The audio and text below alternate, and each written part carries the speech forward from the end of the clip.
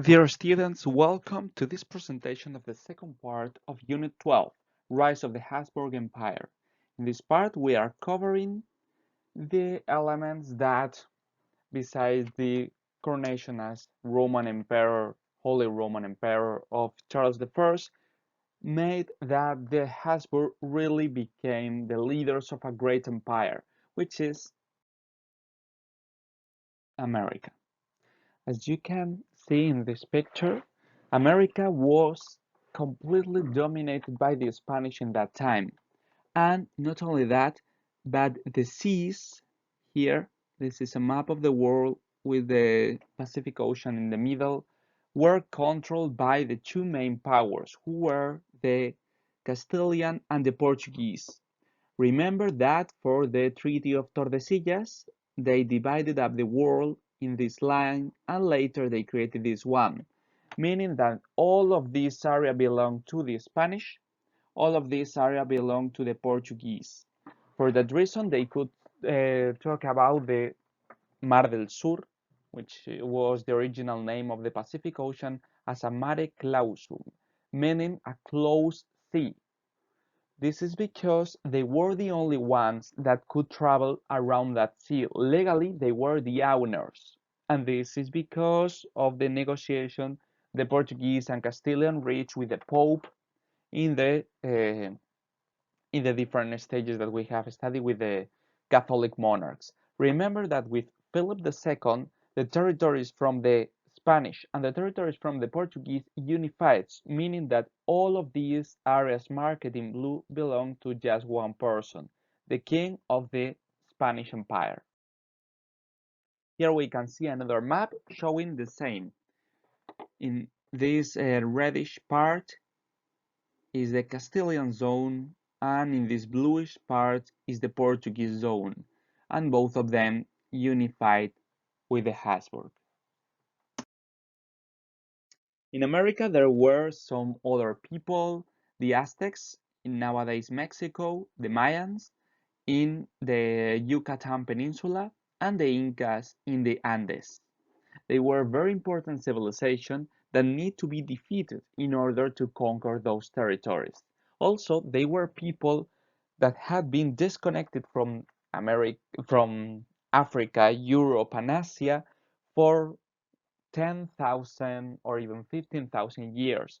So it was like a completely different planet with different customs, with different religion, with different ways of living. It was the greatest cultural shock the Europeans have ever experimented. And the reaction was quite brutal in some cases. They conquered those territories, defeating the Indians with all the means they could have. And one of them were, for example, dogs used to attack and completely destroy the Indians. The technological advances of the Castilian were very important for them. They are normally pictured and represented with armors, with steel weapons, with firearms, and so on. But those things weren't as usual as we can imagine. And an armor is not as useful in the middle of a jungle where there's a lot of humidity, very hot temperatures. So they normally or very often they couldn't have those armors. They were very uncomfortable and also they were expensive. They need treatment. They couldn't be obtained in America. They need to import them from Europe. So that was very, very difficult. In many cases, the conquistadores wore clothes very similar to the one of the Indians. They sometimes adapt the kind of armors the Indians wore made up of cotton and even some similar weapons. The steel weapons were a very important advantage, and that's true that they were actually decisive. The gunpowder for arquebus, muskets, and so on was important, but not so much. It was useful for great ranges of armies with lots of people together, but not so much for fighting in a jungle. They were very slow, they weren't accurate. So at the beginning it was important because it scared the Indians because they have never seen that, but later they got used, and in most time the conquistadores use crossbows or bows in the same way than the Indians. Very important as well were the horses. The horses were animals completely unknown in America.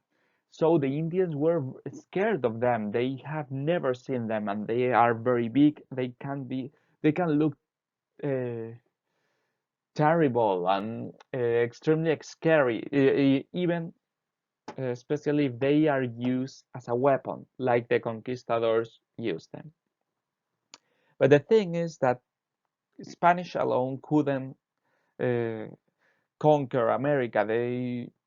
It would have it would have been impossible for them conquer the whole of America with just a couple of thousand people, while in America there were millions of Indians. What they did was using diplomacy. They weren't alone. As we can see here, there were Indians between them. They used them as lenguas, so as translators. For example, Hernán Cortés was married with one of those translators, with Doña Malinche, a very important Indian leader. But they also used them as an alliance in a war. They reached alliances and they fought together. For example, here we can see the troops of Hernán Cortés. They reach agreement with another Indian group, the Indians from Tlaxcala, because they were enemies of the Aztecs. Hernán Cortés finally conquered the Aztec Empire, and he could do it.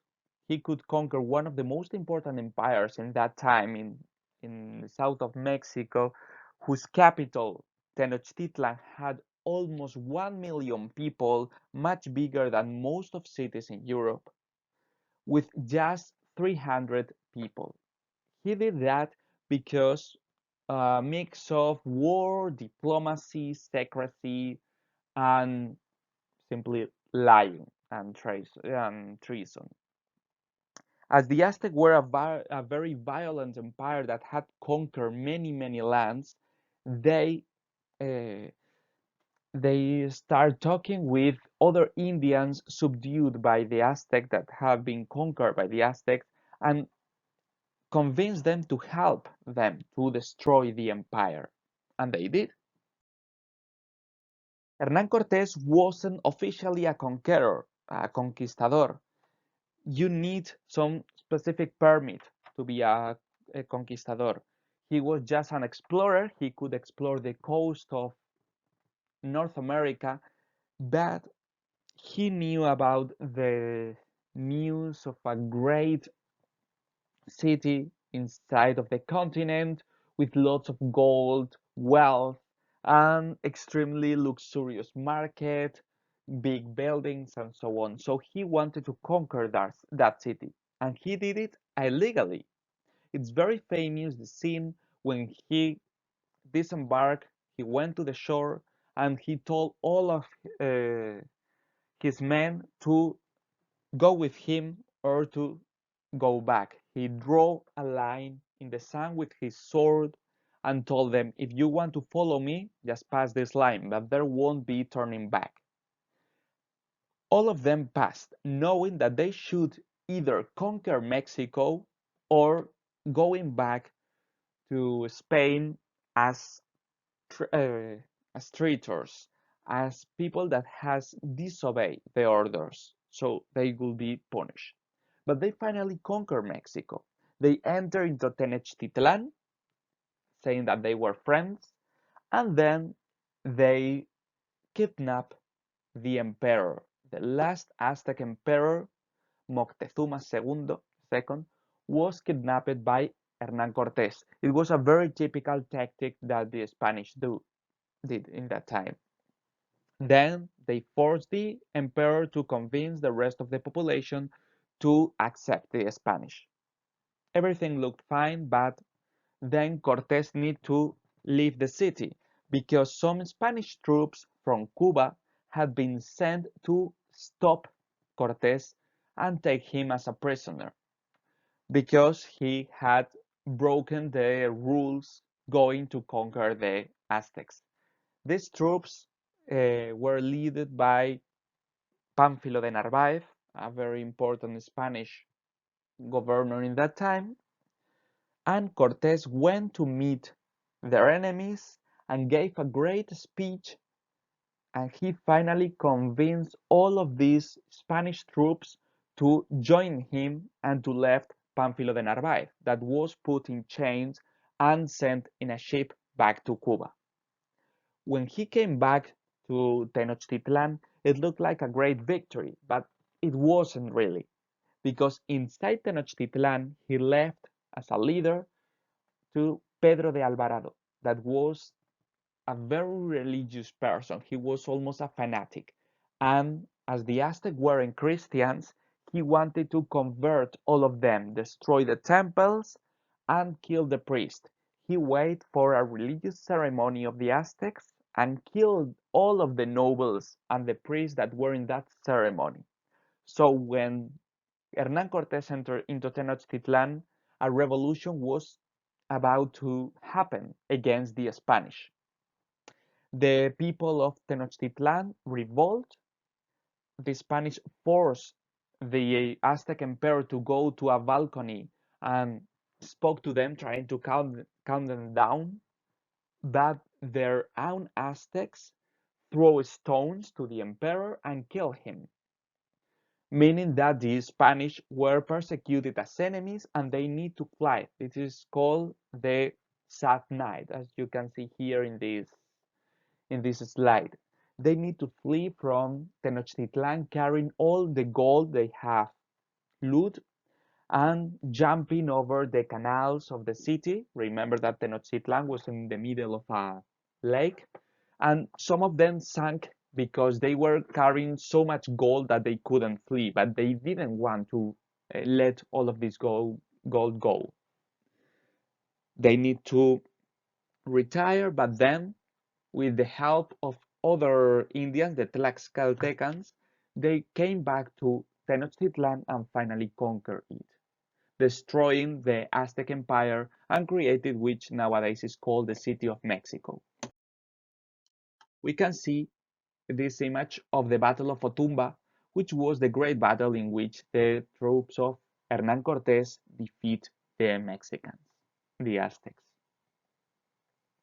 Aztec and Mexica is the same. They call themselves Mexicas, but the term Aztec came from a very old legend of them going from a very exotic, legendary land called Aztlan, the White Land.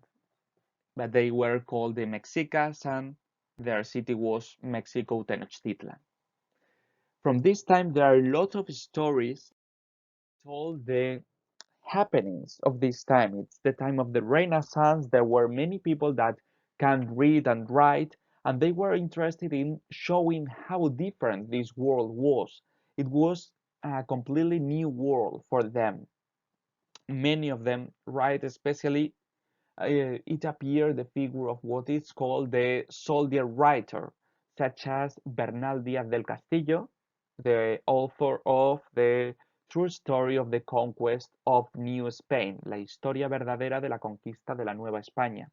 He was a soldier in Cortes' army and he told the world all of the happenings.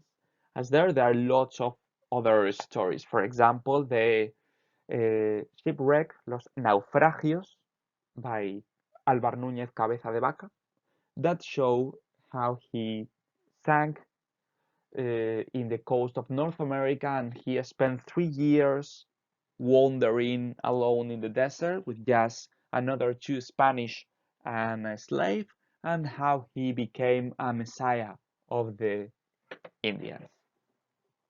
In this text, for example, we can see a telling of this battle.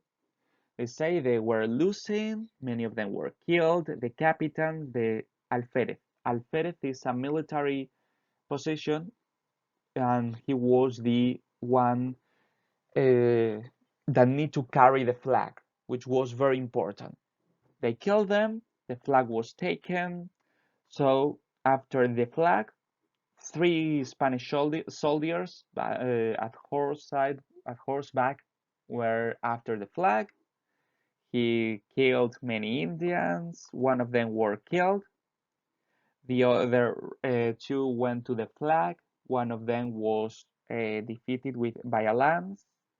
And then the one that told the story received many hits, many wounds in the leg. He killed the leader of the Indians, and well, he killed, wounded a lot of Indians, but he suffered three injuries by arrows and one lance. And finally, he went back to the Spanish campment and fall from the horse, but carrying the flag. This is a story told by this person, Catalina de Erauso, the alférez, no, la monja alférez. She was a woman that entered in a convent to become a nun, but she decided that that life wasn't for her. So with 16 years old, she dressed up as a man and he joined the army that went to America. She fought many battles. He obtained the title of alférez when she saved the flag here in this battle, and he obtained wealth, fortune, and a great military importance. And finally, he revealed the world that she was a woman, and he obtained a permit from the Pope to dress as a man and maintain his military position and live as a woman in the army. She finally married a man and retired as a sergeant with an important wealth and a great fame.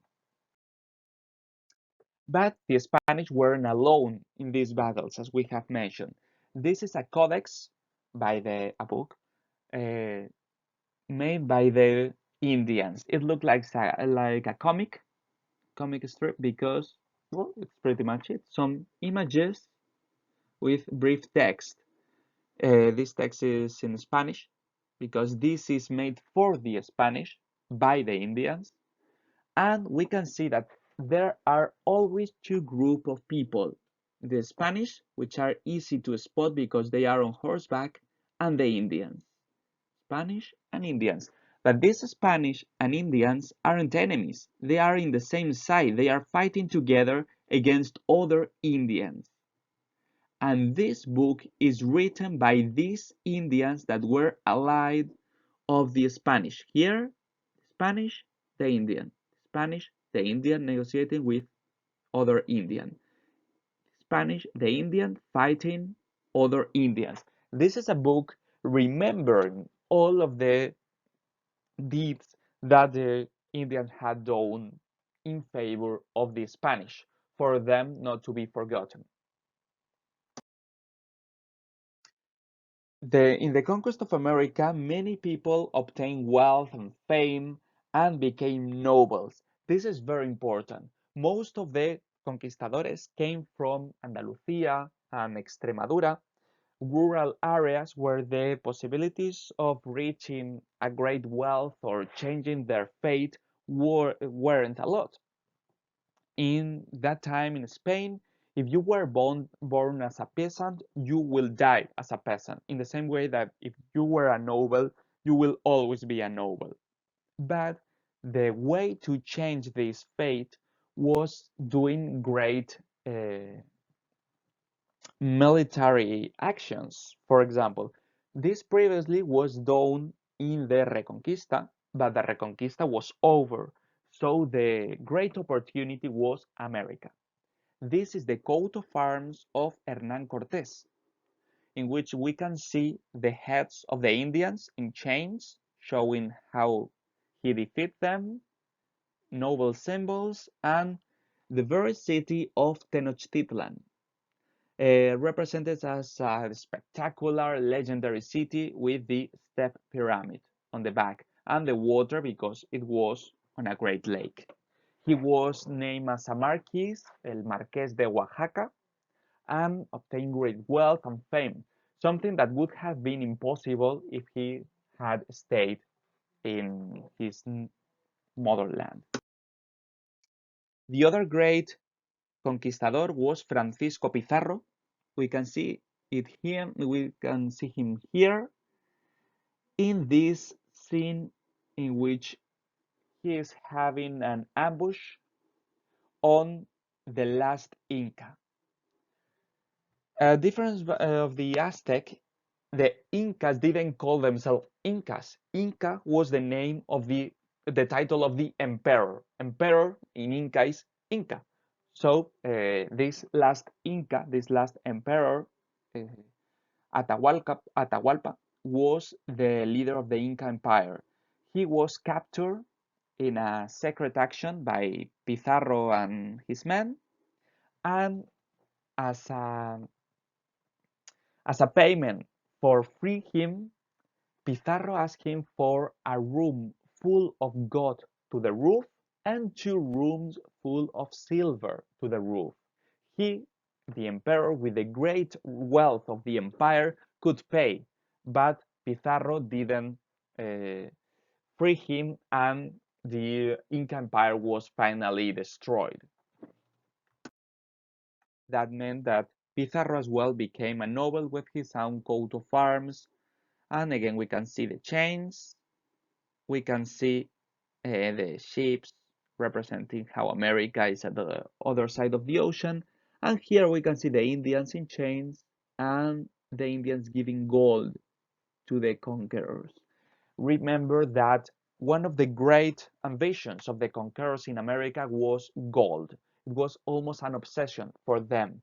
Remember that in the Columbus Journal, he mentioned gold a lot because it was one of the great objectives in that time to get.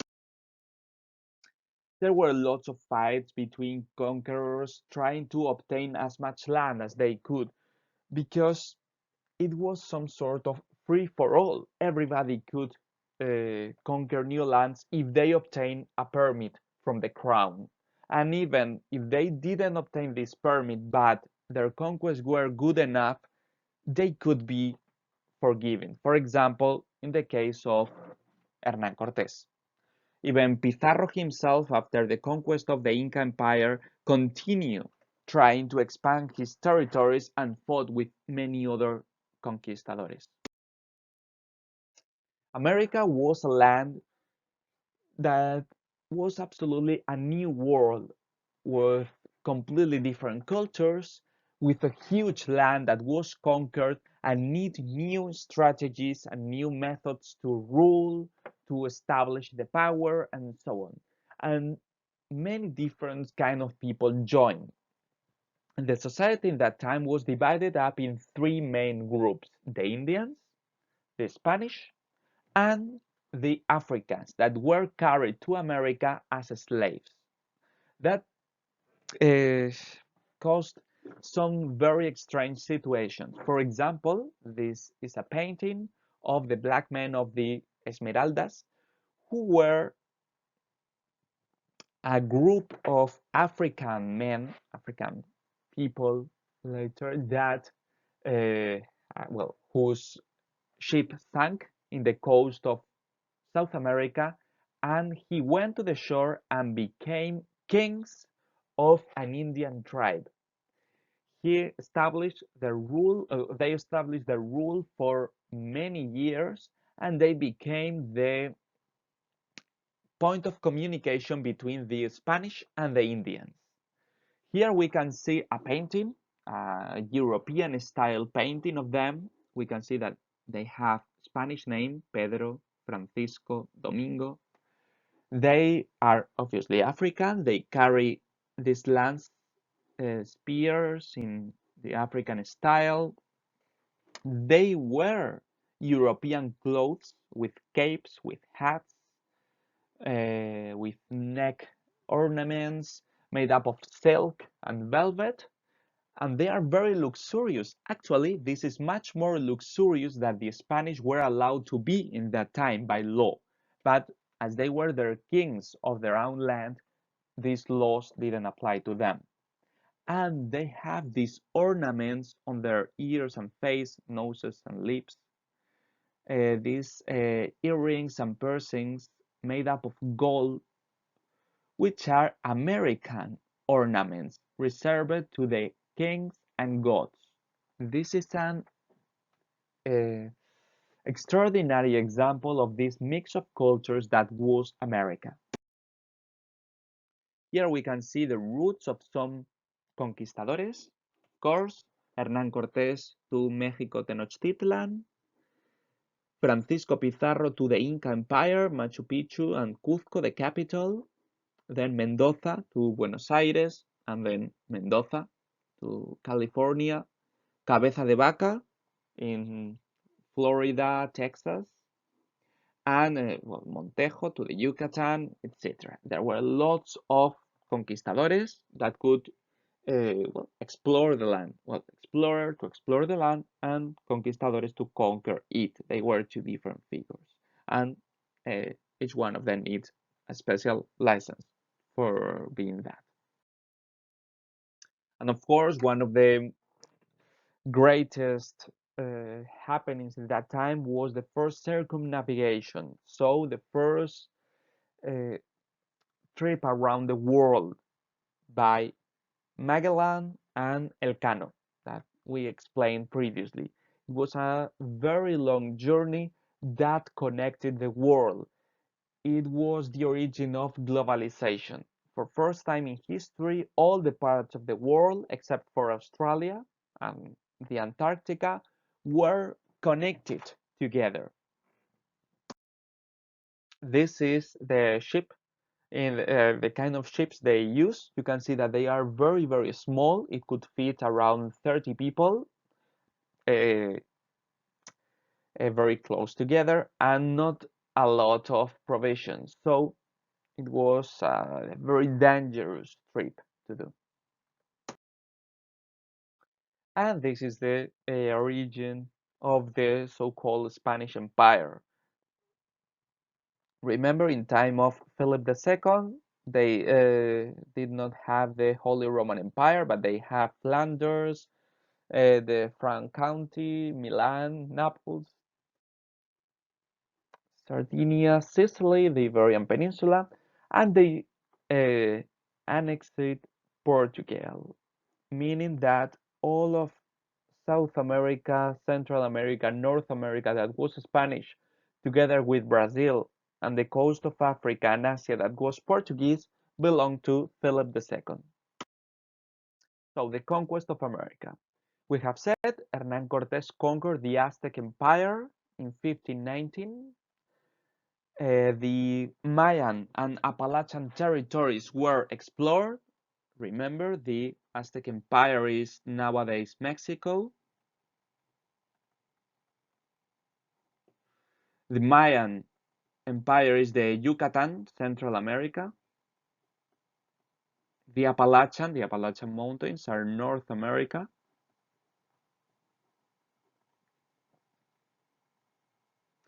Magellan and Elcano complete the first trip around the world. Francisco Pizarro conquered the Inca Empire in the Andes. South America was conquered. Some of the lands in South America survived for a long time. For example, the Araucanos in the desert in Chile survived up to 1888 when the Chilean army, they weren't Spanish anymore because they have independence, the army of Chile went there with automatic guns to, well, to kill all of the Indians. It was the only way they could conquer that territory. But in general, most part of South America was controlled. They established a route to East Asia. They conquered the Philippines, named that way in honor to King Philip II. And it was a continuation of the conquest of America. Actually, Philippines depended on the viceroyalty of New Spain. The contact with Philippines was made through Mexico, through the city of Veracruz. To control all of the Indian businesses was the Council of Indias, which in the same way that the Council of Castilla, the Council of Inquisition, and so on, control all of these issues from Spain. And they created two viceroyalties. Remember, a viceroyalty is a territory controlled by a viceroy, which is a person that substitutes the king in faraway lands. There were the one of New Spain, el Virreinato de Nueva España, which is Mexico and Central America, and the Viceroyalty of Peru, el Virreinato del Perú, which is South America. They also established audiencias, which are some sort of provinces, which also were used as judicial courts, and the Inquisition that control, as we know, religion in those lands. Uh, for example, the Moriscos or conversos weren't allowed to travel to America. Actually, the trips to America were reserved to the Spanish, concretely, specifically the Castilian. The people from Aragon or Navarra couldn't officially travel to America at the beginning because it was a part of Castilla. The importance of the conquest of America was because of the great consequences it had, which weren't exactly the same they were looking for, or the ones that officially were looking for, because the most important objective of the kings in that time was religion, evangelization. The expansion of Christianity was for them essential. Remember that Charles I considered himself the great defender of Christianity. He went to religious wars, and Philip II continued that. So that America was Christian was for them a priority. It was extremely important. But there were many other important uh, consequences or objectives for them. Of course, the wealth, the obtain of money, especially precious metals, gold, silver, and so on. Wealth and glory and becoming nobles, very important for the conquistadores. This is important because we can distinguish the objective of the monarchs and the objectives of the individual people that actually carried out this conquest. The crown monarchy wanted this. They wanted money through the taxes, and they wanted to expand their religion. But the individual conquistadores wanted especially wealth and glory.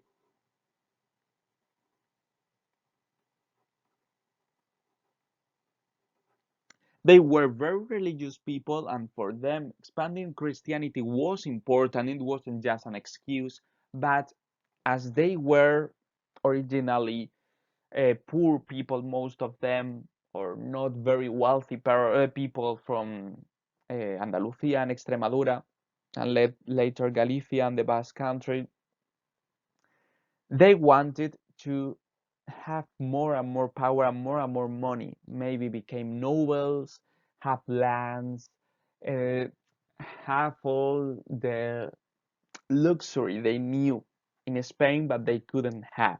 So for them, religion wasn't exactly a priority. And for that, very important in America were these kind of things that we can see in this painting, which is a mine. It's a whole city built around a mountain, which is actually a great, huge silver mine, Potosí, el Cerro Rico de Potosí, the rich mountain of Potosí. The greatest amount of silver and gold that came from America absolutely changed the world. They saw that the conquistadores went to the cities and they saw lots of treasures, but they knew they couldn't just take everything. The great wealth was in the mines, but they haven't crossed the world to start working in a mine themselves. So they start forcing the Indians to do that. The Indians were forced to work in the mines. It was created what is called the mita. Mita is a system of forced labor. So the Indians were forced to work at some specific times of the year in the mines. It was a temporary work. Instead of paying taxes, a town or a village need to support the Spanish with a certain amount of people, young people in age of working, and they were taken to a mine and they will work there for some months. This is not a Spanish invention. It was invented by the same Incas, and the Spanish just adapted. That it was one of the most important elements in America. This kind of forced work, forced labor, and the abuses that were carried on Indians made that some people start complaining about that. Some people realized that the Indians were persecuted, were abused, were killed in many cases, and wanted to defend them.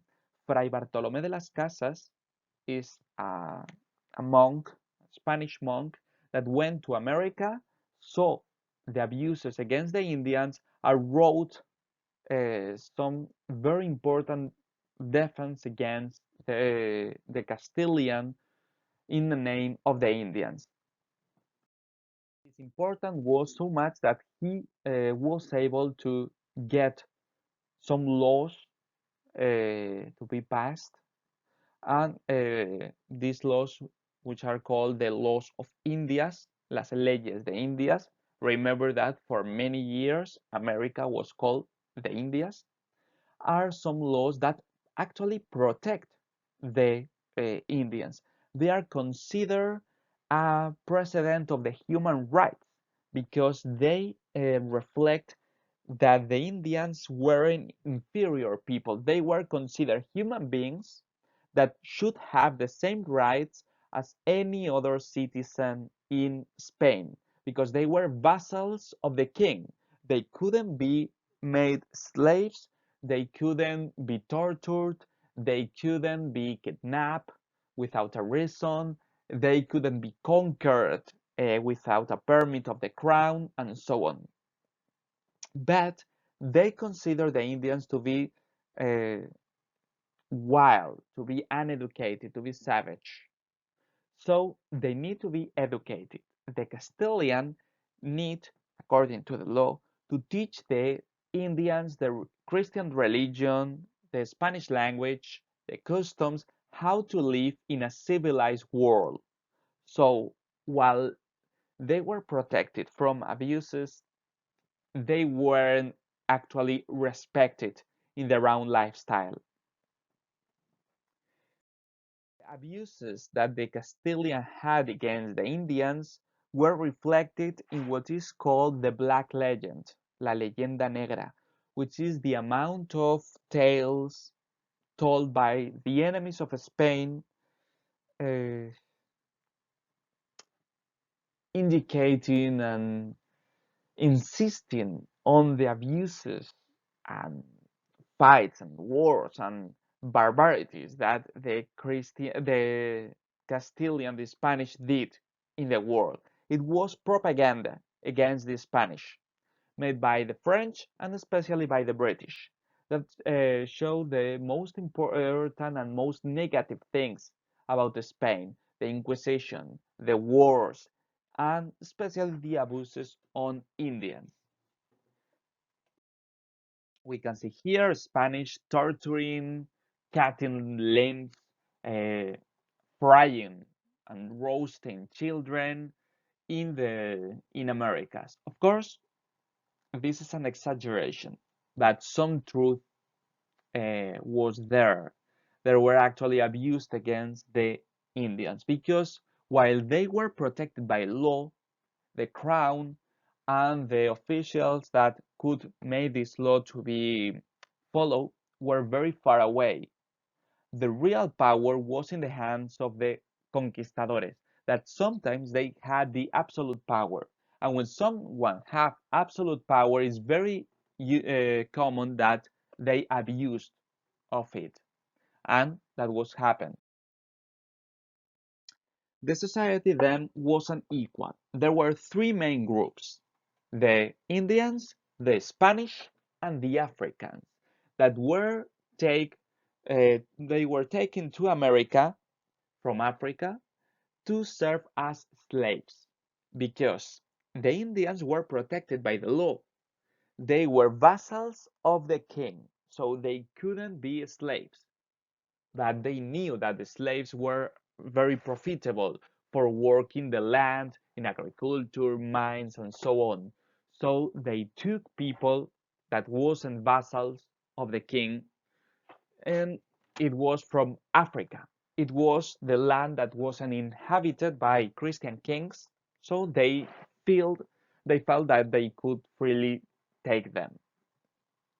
The Spanish didn't have a lot of slaves. The Portuguese had more because they actually controlled great part of Africa, and later, especially the English and the French. It's the origin of the Black American population, for example, in Haiti, which was a French colony, or in the United States, that was a French and English colony at that time. But in Spain, there were some slaves as well. And there were a classification of people according to their blood, according to their racial origins.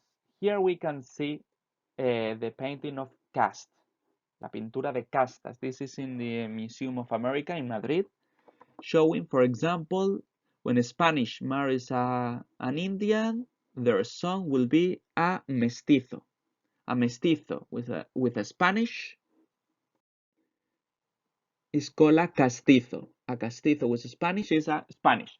Again, Spanish with mora, which was black, is mulatto. Mulatto with Spanish, morisco. Morisco with Spanish, chino, etc., etc., etc. It was a great classification of the different people according to the amount of Indian, African, or Spanish blood they had. This was never applied in real world. It was impossible to know all of this, but it was actually a classification in three groups: Africans, Spanish, and Indians. Each one had their own laws, and each one was expected to have their own jobs, their own territories, and so on. Special is the case of the mestizos, a mixed race of Indian and Spanish that were in between, the mulattoes mixed with black and Spanish, and the zambos, which were mix of um, American, Indian, and African black. There are still nowadays Indians in America, for example, the Yanomami in the Amazon that we have already talked about them, or the ones in Peru, the Quechuas, who are heirs of the Inca Empire. So the colonization of America. Colonization is creation of colonies, creation of territories outside the original land. The Spanish do that in America. But they consider America to be an extension of their own kingdom, America was Spain. America was Castilla, actually. And the people in America were considered Castilian. For that reason, the Indians couldn't be done as a slave. There were the conquistadores, the ones that had the lands and wealth, or wanted to have lands and wealth, and for that reason they used mines and agriculture. But they didn't just grow wheat for them making bread and eat it. No, they cultivate great plantation of very valuable products, new products from America, or uh, product that were profitable, such as sugar, cotton, tobacco, or the Brazil sticks, el palo Brasil, the one that gives the name to the country of Brazil, that was used for dyeing the clothes. It had a very characteristic red tone, the red hue. The crown wanted the evangelization, so extending Christianity, and money. And here they obtain the money through the royal fifth. It's 1/5 of the profits of mines and American products. It's a kind of tax in general.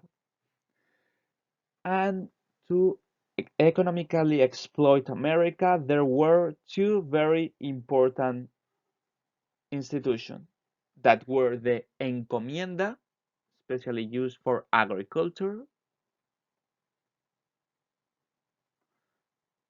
and the mita, especially used for mines.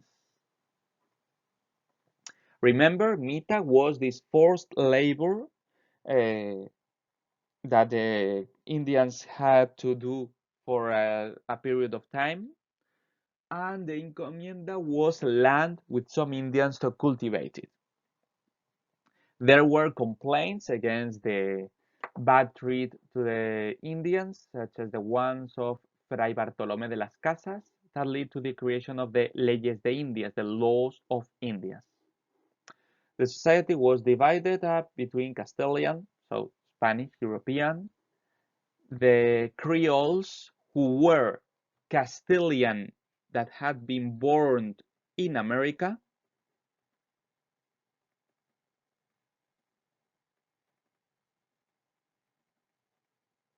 and they were very important because they were Castilian. Their parents were Castilian, they were Christian, they had all the characteristics. But as they had been born in America, they were looked up as second-class citizen. For example, the most important political powers, the members of the Council of India, the viceroys, and the leaders of the audiencias, and so on, were always named between people in Spain.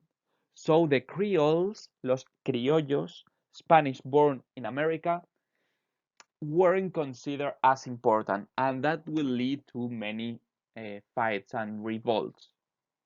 Then the Indians, the original Americans, the mestizos, mixed of Castilian and Indian, and the slaves, normally from Africa, because remember that the Indians couldn't be taken as slaves.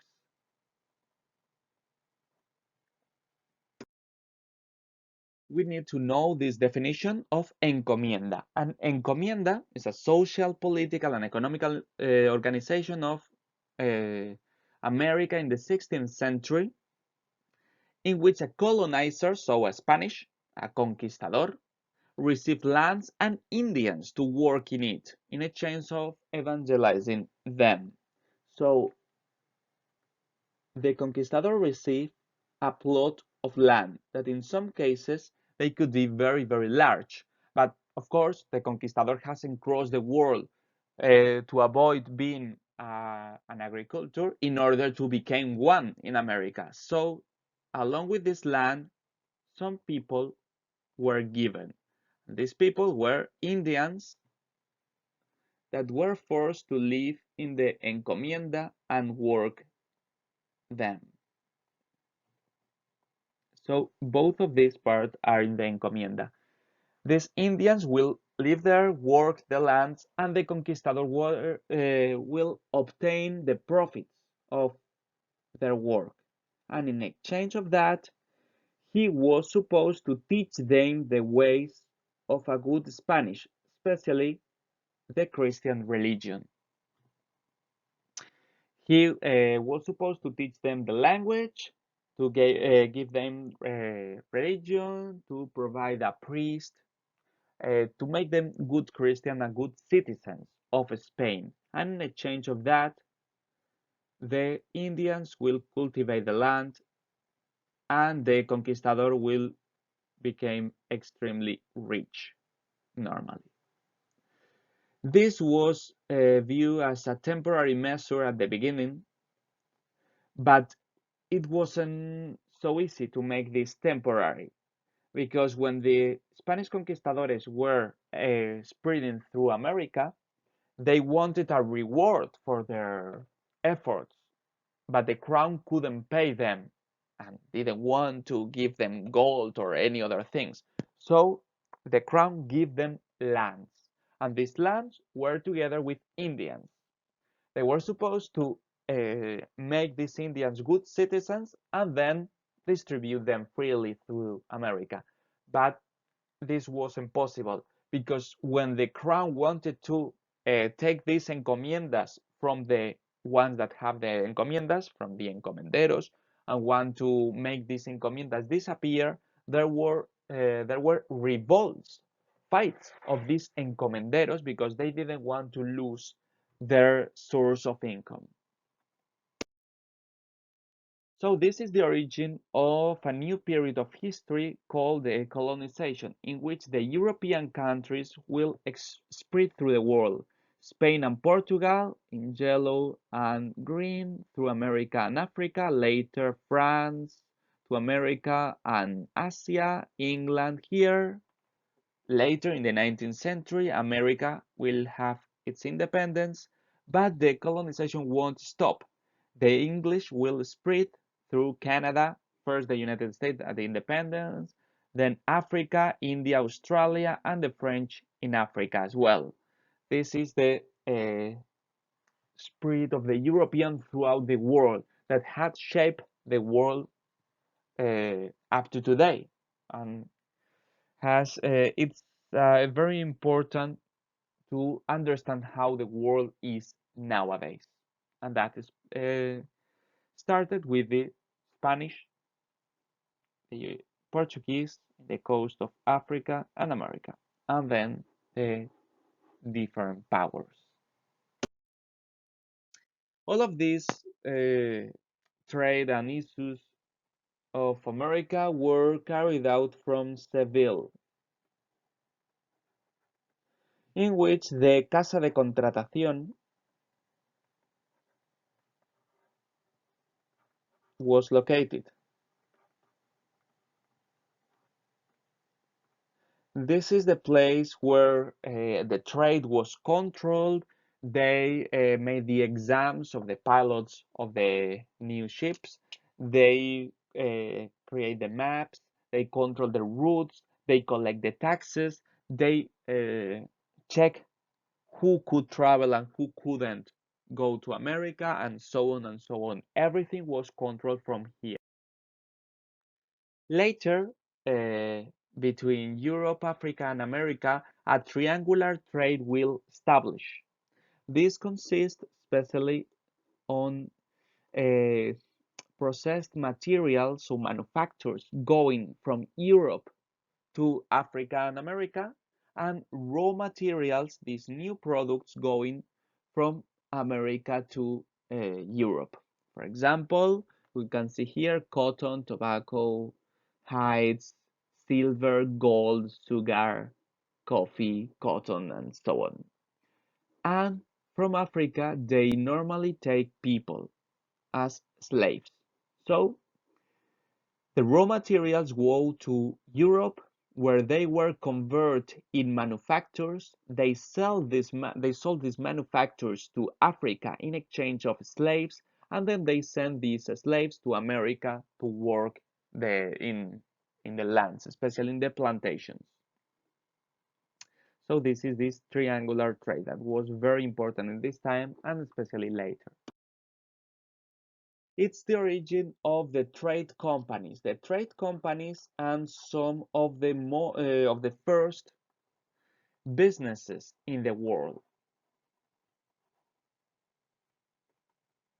We can mention the West Indian Company uh, of the British and the West Indian Company of the Dutch and the East Indian Company of both of them as well. Uh, East Indian Company of the British and the East Indian Company of the Dutch, the Netherlands.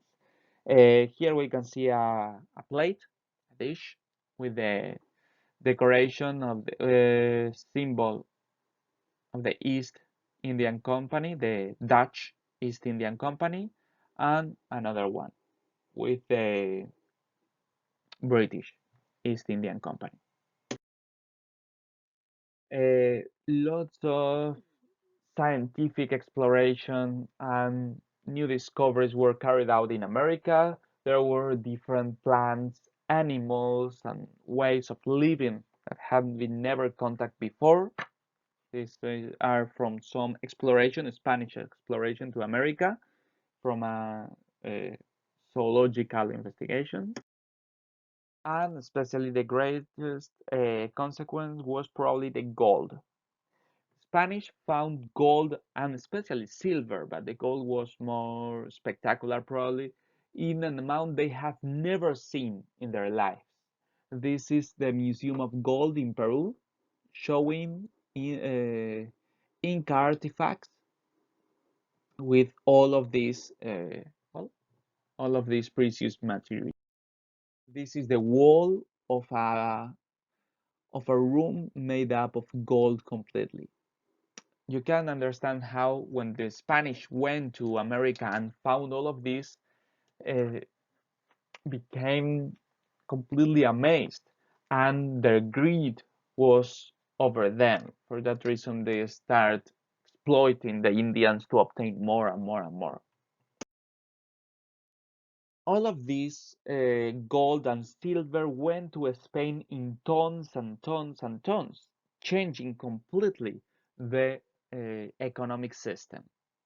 This is a treasure of a ship that had an accident and sank in his travel from America to Spain. It's nowadays in the Archaeological National Museum. All of these are coins, gold coins, that were carried in that ship. This is from just one single ship of the hundreds that crossed from America to Spain. And this actually created some problems. It's called the price revolution. This is the typical dilemma of what will happen if, in order to avoid and poverty, we will just give out lots and lots of new money. Well, it will create an economic crisis because as lots of gold enter into America, the gold suddenly was less valuable and the prices rise.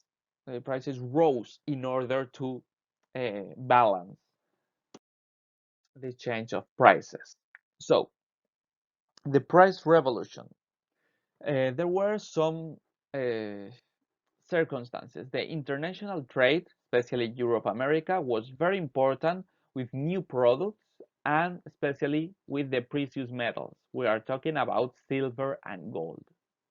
There was a demographic increase. It was a time of peace, economic prosperity. There weren't wars or great epidemics, so the people could grow. And this was in some part balanced with emigration to America. But this demographic increase mean an increase on demand. As you know, from the law of supply and demand, an increase of demand meant an increase of the prices. Prices rose as well. And there was as well scarcity of land and industry. So the prices rose, increased.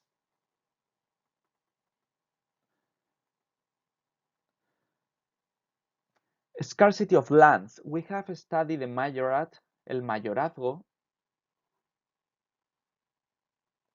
meaning that the lands of the noble families need to pass to the first son of these families.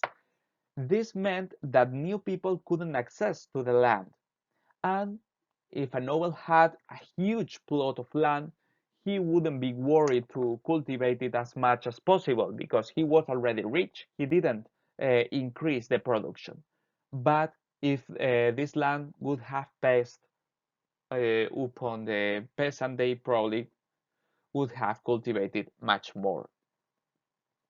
And a lack of industry as well. We have studied, for example, the importance of the mesta. As well, the mesta meant that there was a scarcity of lands for agriculture because they were livestock farmers and they wanted these lands for grazing with their flocks of sheep. And the wool produced in the mesta with the sheep was sold to Europe, especially to Flanders and England, meaning that in these territories, Flanders and England, the industry developed a lot. They created cloths with this wool, but the Spanish didn't because they didn't have raw material. They have sold it during centuries, so they haven't developed a good industry. They need to buy the products from outside. So all of the gold that went to America was used to buy, well, a great amount of this gold was used to buy these new industrial products. And also, there was great expenses, such as the luxury of the court, the nobles, and the wars. Soldiers need to be paid. A great part of the armies were also mercenaries that need special payment.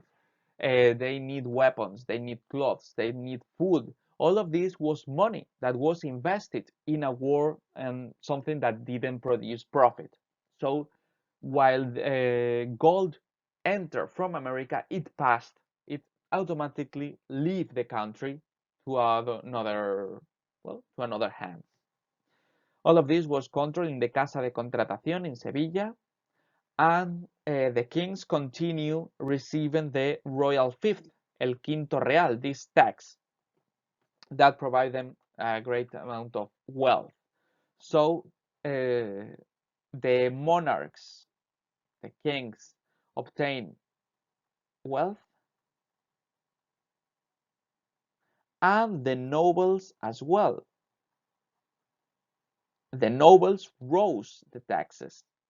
So the monarchs and the nobles could increase their benefits or at least maintain their benefits because of the money. But what happened with the common people? The gold was devaluated, meaning that the value of gold descended. The inflation is this rise of prices and the taxes rose as well. So for the common people, for the peasant, it was extremely negative. The prices rose, the taxes rose, and their gold was less valuable. So that actually increased the poverty on the land. Some people became richer, and a great amount of people became much poorer. With that, we have finished the unit. And to review it, we will do these activities. The exam preparation that we have already sent in the Aula Virtual, the text commentary of the laws of India that we have mentioned, and the test of the second part of Unit 12. Both of them are for the 18th of May. so you have plenty of time in order of finishing the project when you can. But if your project is about this part of the unit, it will be advisable to do this exercise uh, before giving me your project because it can give you some ideas or some new information. As always, thank you very much for watching this video. And if you have any question, anything you want to ask me, please do it.